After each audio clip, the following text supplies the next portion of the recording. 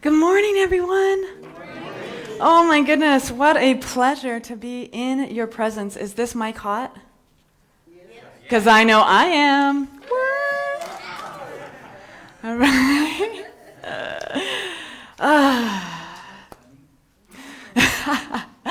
Oh, it is a joy to be here, and I am so excited. You know, thinking about for the love of God. When I was younger, I heard it in a different way, and it's usually by my dad going, "For the love of God!" Right?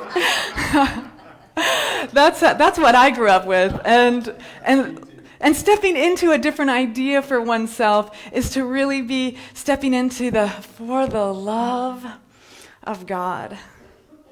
For the love of God.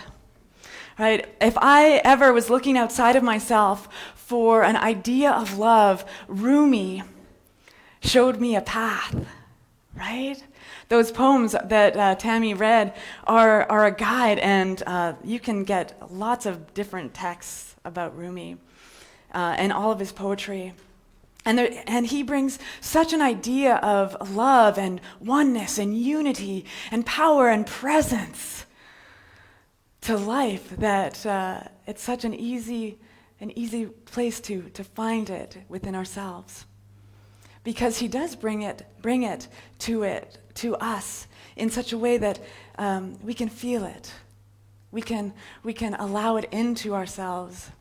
And poetry and song. This is the way for the love of God to come to us and be present with us. So this talk is really about the giving of love, the receiving of love, the making of love. Everything that we can do with one another and with ourselves is the presence of love. And there is absolutely no separation. There is no division. There is nothing outside of the divine expression. Like Dr. Ken starts off every single treatment, there is God and absolutely nothing else. This mic could go down a little bit. I get excited. I said to Tammy this morning, I love Sunday. I get to talk about love and God, my two favorite things.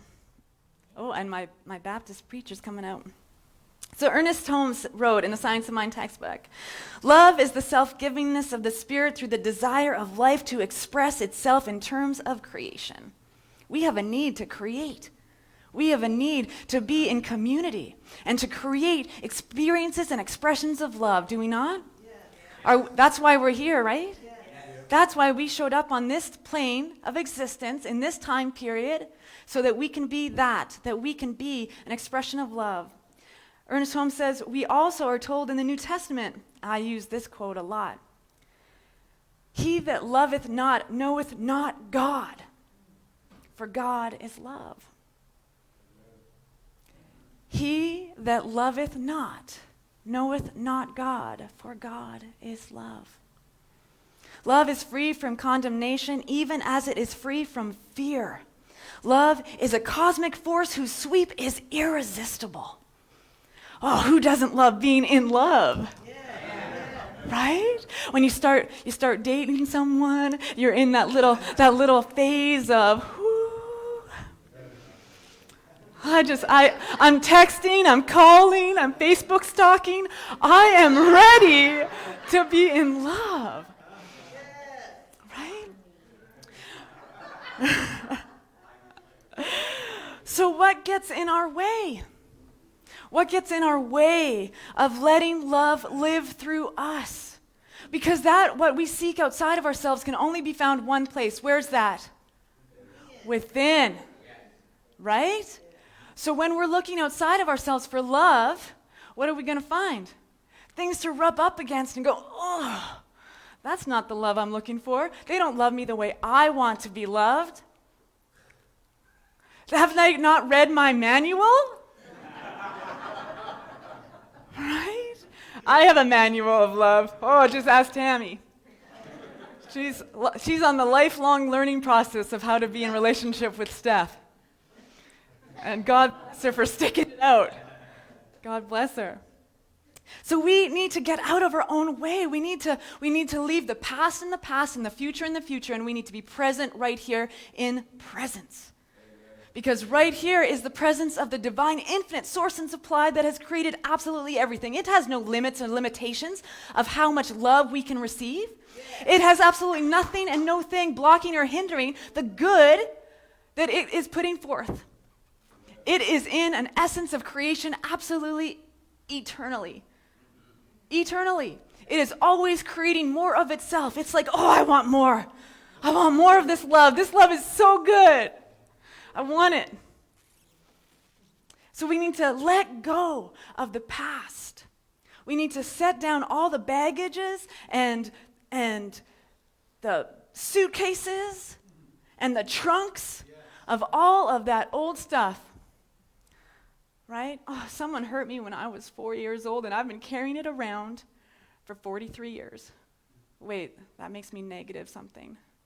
I don't do math well. But I talk about God pretty good. Right? Hanging on to our past is allowing an experience and expression of separation. Because when we are separate from the moment, we are allowing an idea and an illusion that into our experience. Because it is an illusion that we are not one. Mother Teresa, Saint Teresa, that beautiful gift in the world, said we belong to each other. So when we are not in that place of remembering that we belong to one another, that we belong in the givingness and sharing of our light, living our authentic expression here and now, right? We need to set down all of those old things. And you know what we need to do? We need to have faith. We need to have faith that the universe is supporting us for our highest and greatest good. The universe is for us. And the universe is showing up with everything that we need and everything that we need. We needed a place to stay so that we could come, Tammy and I could come to Redlands, California a little bit early, and a door opened for us. Right? Yeah. And we trusted with absolute faith that we're going to get through that border, no problem. Yeah. He didn't even ask us business or pleasure. He said, welcome. Come on in. I can feel your energy and we need more of you. Come on in. Right? Lucille Clifton wrote while she was contemplating leaves falling. The leaves believe such letting go is love. Such love is faith. Such faith is grace. Such grace is God. Yes. Letting go. Tammy and I sit under trees and contemplate. Do they know? Do they know who they are and what they are to us? The roots that are deep into the earth and spread out so that they can give us shade, they can give us fruit, they can give us homes. Right? That magnificent expression. But what do they do every single season? They need to let go to make room for the next situation. We need to let go, and sometimes let us go easy on ourselves, right? We have minds. We have hamster brains sometimes, right? I have this monkey mind that's like, swirl. I'm going to swirl. Somebody just said something to me. Somebody said something to me. I'm going to contemplate that for 6 years. Right? But we don't have to. We can let it go. And Psalm said, as light overcomes the darkness, so the radiant presence of love and peace dissipates fear, hate, and confusion. Right? What a gift practitioners are in our lives. Because when we don't know how to let go of our leaves, when we don't know how to love ourselves, when we don't know how to participate, when we are hanging on to all of that baggage, There are people in this room who would love nothing more than to know a higher truth for you. God bless our practitioners. Yes. So what do we need to do? We need to let love guide us. Let love guide us. Knowing who we are. Allowing Spirit to evolve through us. I love that Spirit is unfolding every day. Spirit is unfolding itself, revealing more of itself in and through it as absolutely everything that we are.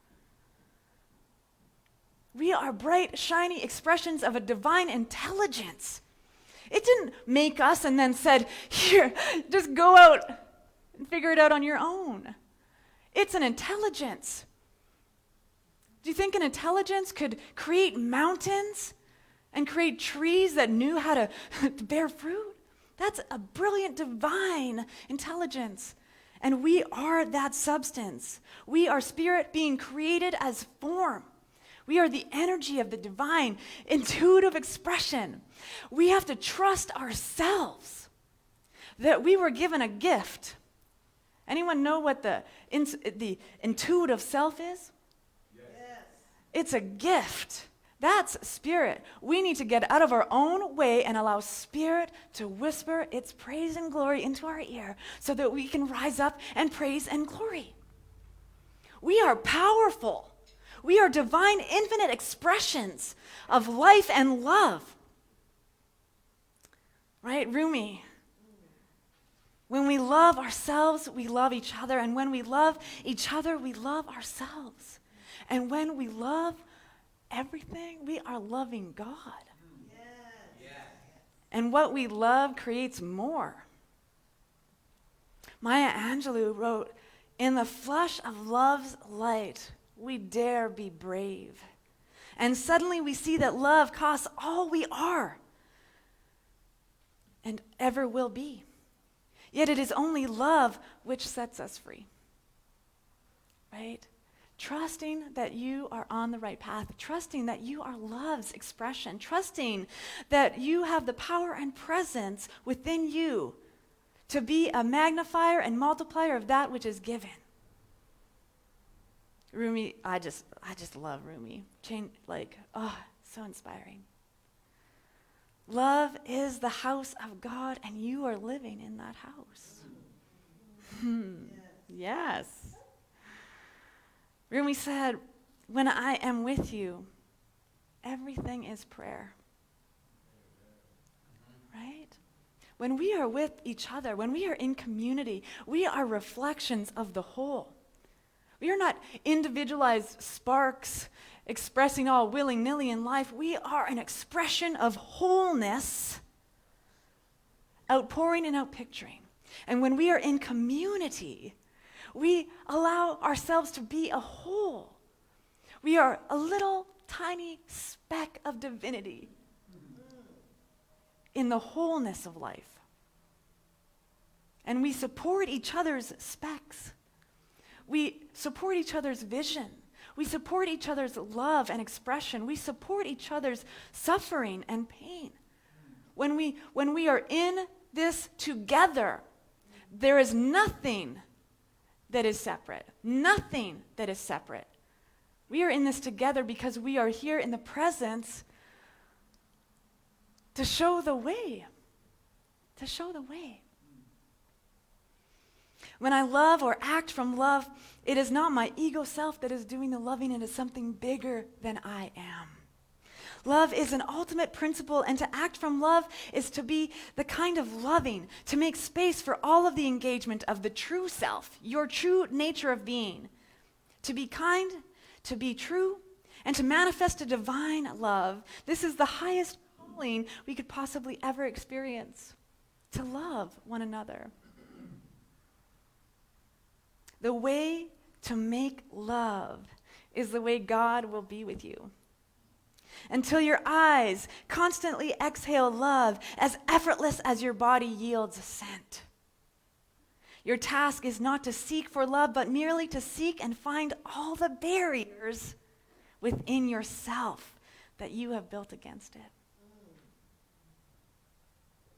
Rumi. Let us break down those barriers. Let us trust and have faith that the universe is here to support us, and we are here to support it. It is a beautiful divine relationship. Spirit is our lover, not our parent. We aren't being scolded by a divine intelligence. We are being supported and loved. We are being in that expression of relationship, an intimate relationship with the beloved. It sees you as that beloved. It has created absolutely everything for your highest and greatest good, for you to show up today. So, the call to action for this week: how will you love God today? How will you love yourself today? Because there is no separation. There is no division. There is no two parts. What you do for yourself, you are doing for all of humanity. We are one. And so by removing our false beliefs and engaging in our true highest self, we are choosing for love to be present. We are choosing to create a better world for ourselves and for those around us in our community. It is a ripple effect. You drop a pebble in the ocean on this side, and they will feel it on the other side. Just keep putting those little pebbles of love in the universe, and it ripples out all around you. So I'll finish with more Rumi. God bless him. A life without love is of no account. Don't ask yourself what kind of love should you be seeking, spiritual or material, divine or mundane, Eastern or Western. Divisions only lead to more divisions. Love has no labels, no definitions. It is what it is, pure and simple. Love is the water of life, and a lover is a soul on fire. The universe turns differently when fire loves water.